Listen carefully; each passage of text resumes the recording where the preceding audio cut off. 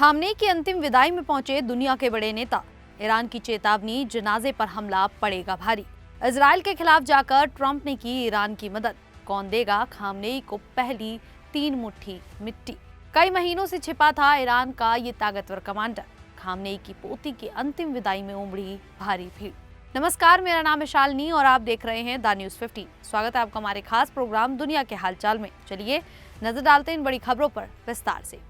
Iran के पूर्व सर्वोच्च नेता अयातुल्लाह अली खामनेई के अंतिम संस्कार की रस्में शुरू हो गई हैं। तेहरान के ग्रैंड मोसल्ला में विदेशी मेहमान खामनेई के शव पर श्रद्धांजलि अर्पित कर रहे हैं। दरअसल फरवरी 2026 में अमेरिका और इजराइल के हमलों में उनकी मौत हो गई थी। अब जुलाई में उन्हें पूरे राजकीय सम्मान के साथ अंतिम विदाई दी जा रही है।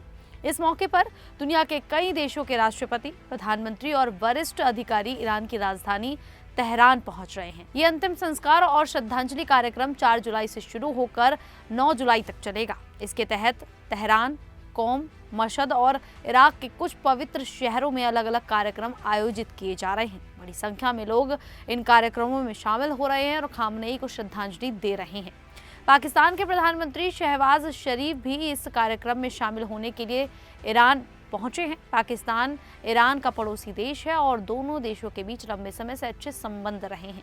शहबाज शरीफ के साथ एक उच्च स्तरीय पाकिस्तानी प्रतिनिधिमंडल भी पहुंचा है। वे ईरानी नेतृत्व से मुलाकात कर रहे हैं, शोक संवेदना व्यक्त कर रहे हैं और दोनों देशों के बीच एकजुटता का संदेश दे रहे हैं।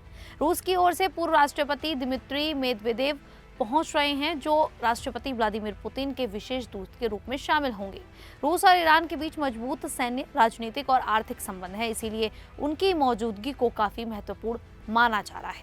चीन की तरफ से नेशनल पीपल्स कांग्रेस के वाइस चेयरमैन हे वेई इस कार्यक्रम में शामिल होंगे। चीन ईरान का एक बड़ा आर्थिक साझेदार है और वो इस मौके पर अपनी उपस्थिति दर्ज करा रहा है। भारत की ओर से प्रधानमंत्री नरेंद्र मोदी इस कार्यक्रम में शामिल नहीं हो रहे हैं। भारत का प्रतिनिधित्व बिहार के राज्यपाल लेफ्टिनेंट जनरल सैयद अता हसनैन और विदेश राज्य मंत्री पवित्रा मार्गरीटा कर रहे हैं। इसके अलावा जम्मू कश्मीर की पीडीपी प्रमुख महबूबा मुफ्ती, कांग्रेस नेता सलमान खुर्शीद और कुछ अन्य भारतीय नेता भी श्रद्धांजलि देने के लिए ईरान पहुंचे हैं। इनके अलावा तजाकिस्तान के राष्ट्रपति इमोमाली रहमान, आर्मेनिया के प्रधानमंत्री निकोल पाशियान, जॉर्जिया के राष्ट्रपति मिखाइल कावेलाइशविली और तुर्की के राष्ट्रपति जेवदेव इल्माज भी कार्यक्रम में शामिल होने के लिए ईरान पहुंचे हैं। अफगानिस्तान की तालिबान सरकार की ओर से विदेश मंत्री भी इस अंतिम संस्कार में हिस्सा लेंगे। रिपोर्टों के अनुसार करीब 30 से 40 देशों के राष्ट्रीय अध्यक्ष, प्रधानमंत्री या वरिष्ठ सरकारी अधिकारी और लगभग 90 से 100 देशों के प्रतिनिधि इस कार्यक्रम में भाग ले रहे हैं। ईरान के राष्ट्रपति मसूद पेजिशकियान ने कई देशों को इस मौके पर आमंत्रित किया था। लाखों ईरानी नागरिकों के साथ साथ पड़ोसी देशों से भी बड़ी संख्या में लोग तेहरान और मशहद जैसे शहरों में पहुंच रहे हैं। ईरान के लिए ये केवल शोक का अवसर नहीं है, बल्कि दुनिया के सामने अपनी एकता, मजबूती और अंतर्राष्ट्रीय समर्थन दिखाने का भी मौका माना जा रहा है। दुनिया भर से आए नेता और प्रतिनिधि ईरानी नेतृत्व से मुलाकात कर रहे हैं और क्षेत्र में मौजूद हालात पर भी चर्चा कर सकते हैं। किसी भी तरह की अप्रिय घटना को रोकने के लिए सुरक्षा के कड़े इंतजाम किए गए हैं। ये पूरा कार्यक्रम इस बात का संकेत माना जा रहा है कि खामनेई की मौत के बाद भी ईरान अंतर्राष्ट्रीय मंच पर सक्रिय बना हुआ है और उसके कई देशों के साथ मजबूत संबंध आज भी कायम है। वहीं कार्यक्रम की सुरक्षा को देखते हुए ईरान के नेता इजरायल और अमेरिका को सख्त चेतावनी दे रहे हैं कि अगर इस दौरान इजरायल या अमेरिका ने कोई हमला किया तो इसके बुरे परिणाम भुगतने पड़ेंगे। ईरानी सेना के बड़े commander major general Ali Abdullahi ने कहा है कि हम अपने दुश्मनों, खासकर अमेरिका और इजरायल को चेतावनी देते हैं कि कोई गलती ना करें। अगर हमले हुए तो ईरानी सेना बहुत सख्त और अफसोसजनक जवाब देगी। ईरान इस समय लाखों लोगों के साथ जनाजे की तैयारी कर रहा है। ऐसे में कोई हमला पूरे इलाके में नया युद्ध भड़का सकता है। ईरान के संसद अध्यक्ष मोहम्मद बागेर गालिबफ और विदेश मंत्री अब्बास अराक्ची ने भी इसी तरह की चेतावनी दी है। उन्होंने कहा है कि जनाजे के दौरान या उसके आसपास अगर कोई धमकी दी गई तो ईरान तुरंत और मजबूत जवाब देगा। गालिबफ ने ईरानी लोगों से अपील की है कि वे बड़ी संख्या में जनाजे में शामिल हों और खामनेई की मौत का बदला लेने की आवाज बुलंद करें। ईरान का कहना है कि वो शांति चाहता है, लेकिन अगर दुश्मन ने गलती की तो वो चुप नहीं रहेगा। ये चेतावनी इसलिए दी गई है क्योंकि इजरायल के कुछ नेता ईरान के नए नेता मुस्तफा खामनेई को भी निशाना बनाने की बात कर रहे थे। ईरान इस समय बहुत सतर्क है और जनाजे की सुरक्षा के लिए खास इंतजाम किए गए हैं। इसी बीच खबर है कि अमेरिका ने इजरायल के खिलाफ जाकर ईरान की बहुत बड़ी मदद कर दी है। दरअसल अमेरिका और इजरायल अच्छे दोस्त हैं, लेकिन ईरान के मामले में उनके बीच बड़ा टकराव दिखा। न्यूयॉर्क टाइम की रिपोर्ट कहती है कि अमेरिका को डर था कि इजरायल युद्ध विराम की बातचीत के दौरान ईरान के विदेश मंत्री अब्बास अराक्ची और संसद अध्यक्ष मोहम्मद बागेर गालिबफ को मारने की कोशिश कर सकता है। अगर ऐसा होता तो शांति वार्ता रुक जाती और युद्ध फिर से शुरू हो जाता। इसीलिए अमेरिका ने खाड़ी के देशों के जरिए ईरान को चुपके से इसकी जानकारी दे दी।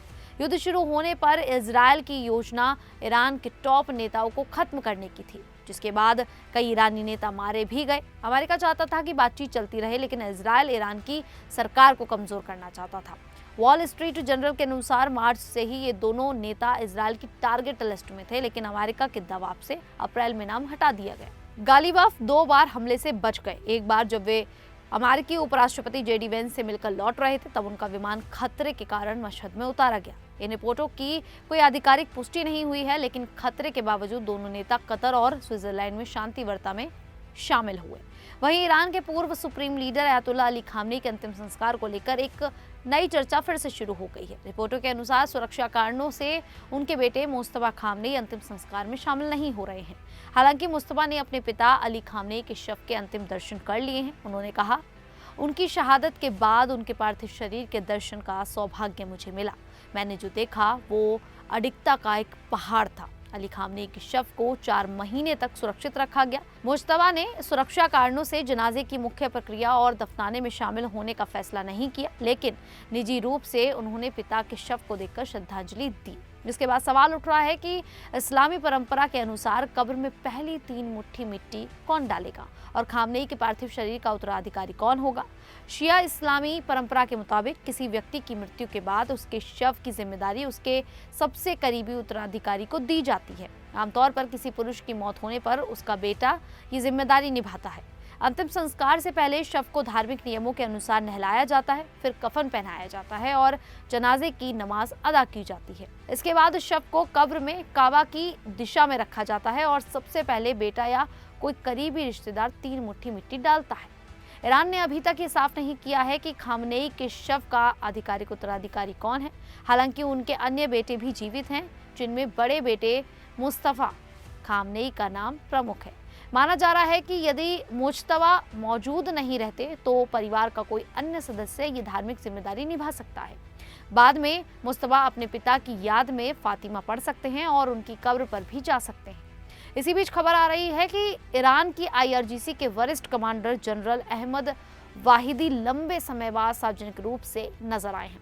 ईरानी सरकारी मीडिया द्वारा जारी तस्वीरों में उन्हें अली खामनेई के अंतिम संस्कार की तैयारियों से जुड़ी एक बैठक में देखा गया।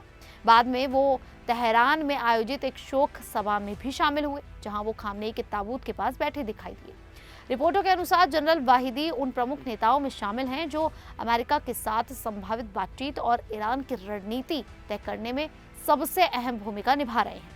विशेषज्ञों का मानना है कि वो उन चुनिंदा लोगों में शामिल हैं जिनका सीधे ईरान के नए सर्वोच्च नेता अयातुल्ला मुज्तबा खामनेई से संपर्क है। बताया गया है कि जनरल अहमद वाहिदी भी 8 फरवरी के बाद पहली बार सार्वजनिक रूप से दिखाई दिए हैं। वो ईरान में युद्ध शुरू होने से कई सप्ताह पहले से सार्वजनिक कार्यक्रमों में नजर नहीं आ रहे थे। वहीं तेहरान की ग्रैंड मुसल्ला में शहीद अयातुल्ला अली खामनेई की पोती का ताबूत रखा गया है। लोग भावुक होकर उस ताबूत को छूने की कोशिश कर रहे हैं। कई लोग रोते हुए हाथ बढ़ा रहे हैं, जैसे अपनी बेटी या पोती को अंतिम बार छूना चाहते हैं। महिलाएं सिसक सिसक कर रो रही हैं। कुछ लोग ताबूत के पास पहुंचकर उसे चूमने या हाथ लगाने की कोशिश में जुटे हैं। सुरक्षाकर्मी उन्हें रोकने की कोशिश कर रहे हैं, लेकिन भीड़ का दबाव बहुत ज्यादा है। लोग कह रहे हैं, ये हमारी बेटी है, हमें एक बार छूने दो।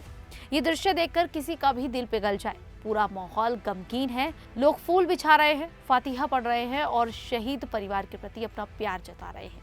इस घटना ने पूरे ईरान को एक परिवार की तरह जोड़ दिया है। खैर, अब इस पूरे मामले को लेकर आप लोगों की क्या राय है, आप हमें कमेंट करके जरूर बताएं। अभी के लिए इतना ही, फिर हाजिर होंगे ऐसी ही देश और दुनिया से जुड़ी बड़ी खबरों के साथ। तब तक के लिए देखते रहिए द न्यूज़ 15।